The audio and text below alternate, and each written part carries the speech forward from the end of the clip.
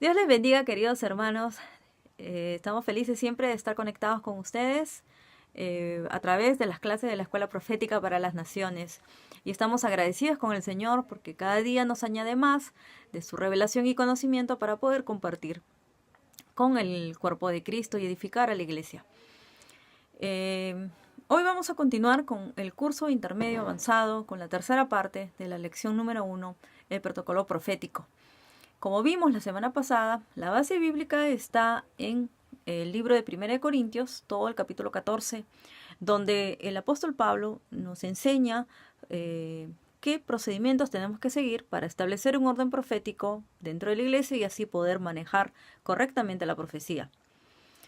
Por eso, el día de hoy también vamos a ver el propósito del protocolo profético, para saber para qué se usa. Lo usamos para asegurar que todo sea hecho de una forma ordenada, porque sabemos que Dios es un Dios de orden y Él quiere que hagamos las cosas ordenadamente, conforme a su palabra. También lo usamos para proteger al rebaño de los que pueden ser lobos disfrazados. Como sabemos, en algunas iglesias hay gente infiltrada, gente que no tiene buenas intenciones, gente que está guiada por otros espíritus, y también pueden venir a la iglesia gente que se diga ser profeta y realmente no lo son. O quizás sean profetas, pero todavía no están maduros como para ministrar dentro de una iglesia. Y por eso el cuerpo jerárquico, las autoridades, ya sean pastores, apóstoles, profetas, tienen que ser muy entendidos en las cosas espirituales, tienen que tener ese discernimiento espiritual para pesar los espíritus y poder detener que hayan esos lobos disfrazados. También va a servir para asegurar que cada palabra acertada pueda ser compartida y más bien impedir las que no sean acertadas, las que sean dañinas, las que provengan del alma, de la carne, del sentimiento y puedan traer tropiezo y aún destrucción y daño dentro de la iglesia. Tenemos que ser muy sabios y discernir, tener ese discernimiento para poder rechazar todo esto. También hay que asegurarnos que todos los que están presentes puedan oír claramente, ¿no? Que se maneje claramente la profecía y que ésta pueda honrar al Señor. Eso es lo más importante, que cada profecía que se dé sirva para glorificar el nombre del Señor, ¿no? Para que se pueda mostrar respeto a Dios, a la palabra, a la autoridad delegada por Dios, al pueblo de Dios, a la casa de Dios. Es importante que tengamos esto bien claro. Todo lo que hagamos tiene que glorificar al Señor. Y la palabra, la profecía, es el testimonio de nuestro Señor Jesucristo.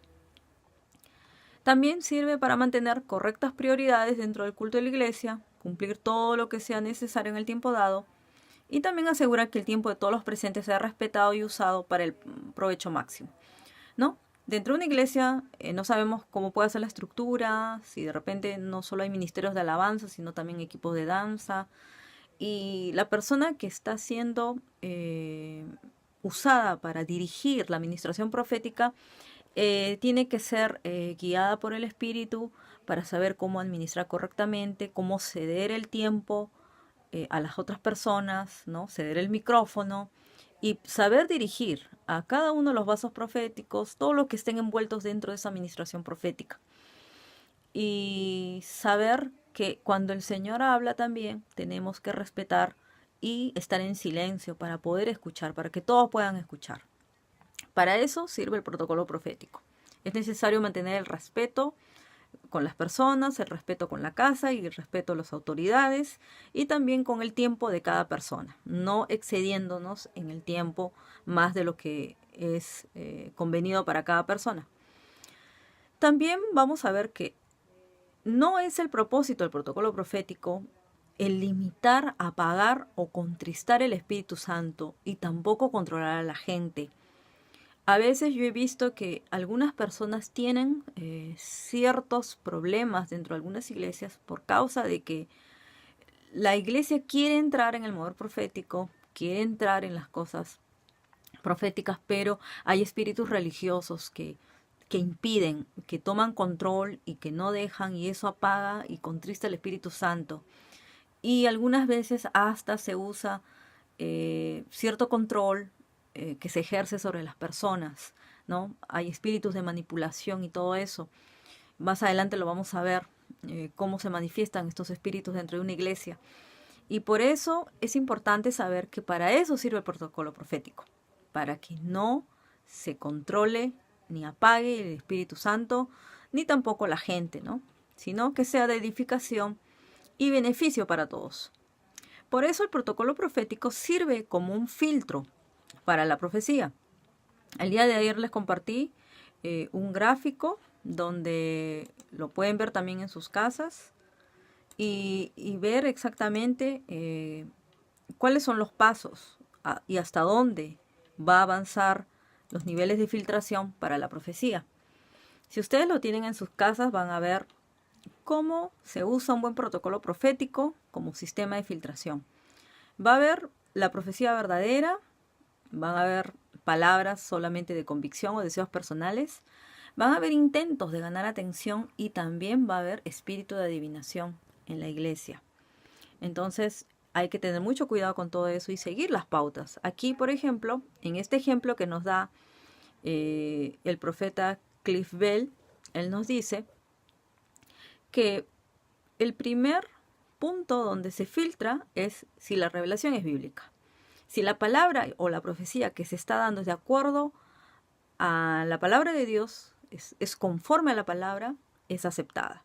Entonces ahí ya detenemos el espíritu de adivinación, cuando viene a decir cosas que no son conformes a la palabra de Dios. Simplemente tenemos que rechazarlo. Luego el segundo punto es ver la motivación de la persona. Si la persona tiene una motivación correcta, ¿no? Entonces vemos que las personas que están tratando de llamar la atención por el don o por carismas personales tienen intenciones obviamente erróneas. Entonces no se trata de nosotros llamar la atención. El protagonista siempre tiene que ser Jesús. Él es el que tiene que ser glorificado como único Rey y Señor, y Él es el protagonista. Nosotros somos simples instrumentos del Señor. Entonces eso también es una motivación errónea, el intento de ganar atención, y ahí se detiene. Luego tenemos que ver que la profecía exalte a Cristo, que la profecía edifica la iglesia. Entonces puede ser que hay gente que sí tiene una buena intención, pero solamente es un deseo del corazón, no es algo que viene de parte de Dios. Entonces no se puede tomar como una profecía verdadera. Quizás esa persona sí exalta a Cristo, esta persona quiere ayudar a la iglesia, quiere edificar a la iglesia, pero lo que está recibiendo no proviene exactamente del Espíritu Santo. Entonces, el siguiente punto es que tiene que haber un testimonio del Espíritu Santo. Ahí vamos a ver el fruto del Espíritu Santo, la madurez en la persona, el carácter, porque las personas que son inmaduras se dejan llevar por sus emociones. Y muchas veces cuando los profetas están recién en formación o hay vasos proféticos usados, ¿no? Gente profética, todavía es muy emocional, todavía está profetizando de su corazón. Entonces no podemos tampoco aceptarlas como profecías verdaderas, ¿no? Hay que siempre orar y ver que el Señor confirme su palabra. Y el último punto es saber si la profecía se combina bien con el presente mover de Dios. Quiere decir que en ese momento, en la atmósfera que se está moviendo a través del Espíritu Santo dentro de la iglesia, más de dos voces van a confirmar el mismo mensaje. Va a ser algo bíblico, va a tener la motivación correcta, la profecía va a exaltar a Cristo, va a edificar a la iglesia, va a haber fruto del Espíritu Santo, y esto va a ser confirmado por el mover que se está dando en la iglesia. Y muchas personas lo van a confirmar y va a haber una confirmación del Espíritu Santo en todos. El Espíritu a todos les va a confirmar que realmente es una profecía verdadera de Dios. Entonces el protocolo profético va a servir como un filtro principalmente, ¿no? Para permitir que fluya solo lo positivo, lo que es deseado por el Espíritu Santo, que sea de provecho, que no haya nada negativo, nada dañino. Todo eso se rechaza. También va a servir para que la palabra que se reciba no esté contaminada, ¿no? Así como el agua. El agua cuando viene a través de un filtro viene pura, viene limpia, cristalina. Entonces tiene que mantenerse esa pureza de la palabra y no permitir que haya contaminantes invisibles que a veces están ahí escondidos y a través de espíritus engañosos también, ¿no? Hay que entender también, es muy importante, que también hay más de un solo posible protocolo profético, porque cada congregación tiene sus propios recursos, hay diferentes culturas. Por ejemplo, las iglesias de Europa no son iguales a las iglesias de Sudamérica ni a las iglesias de Estados Unidos o de otros países, otros continentes. Cada iglesia tiene su propia estructura, tiene su propia necesidad y eso lo vamos a ir viendo. Van a haber megas iglesias, van a haber pequeñas iglesias. Entonces, de acuerdo a eso, se tiene que ir manejando, administrando, conforme lo establezcan las autoridades de la iglesia. Y esto se puede cambiar más de una vez, se puede reestructurar el protocolo profético conforme la iglesia vaya creciendo y vaya viendo la necesidad. Y principalmente tenemos que ser sensibles al Espíritu Santo cada vez que planeamos una reunión y no estar bajo, ¿cómo se dice? Reglas rígidas, estructuras rígidas. No puede ser, porque si no, no fluye el mover del Espíritu Santo.